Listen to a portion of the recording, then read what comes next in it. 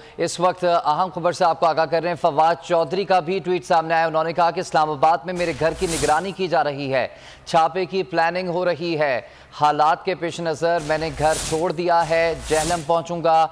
उन्होंने लिखा है ट्वीट में। फवाद चौधरी रद्द अमल सामने आया। उन्होंने कहा कि इस्लामाबाद में मेरे घर की निगरानी भी की जा रही है। साबिक वज़ीर इत्तलात फवाद चौधरी के घर की भी निगरानी की जा रही है। पुलिस की भारी नफरी और पहुंचने की इत्तलात मौसूल हो रही हैं। छापे की प्लानिंग की जा रही है।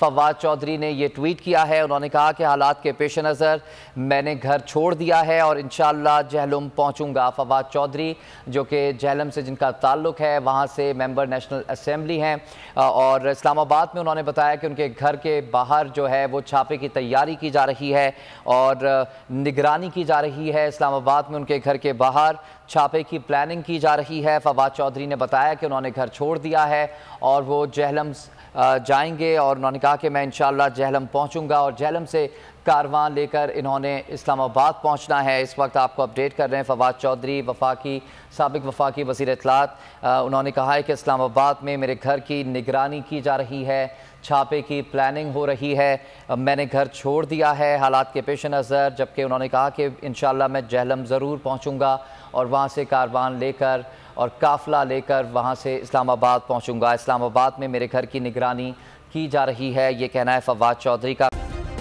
सब्सक्राइब करें और बेल दबाएं ताकि कोई खबर रह न जाए।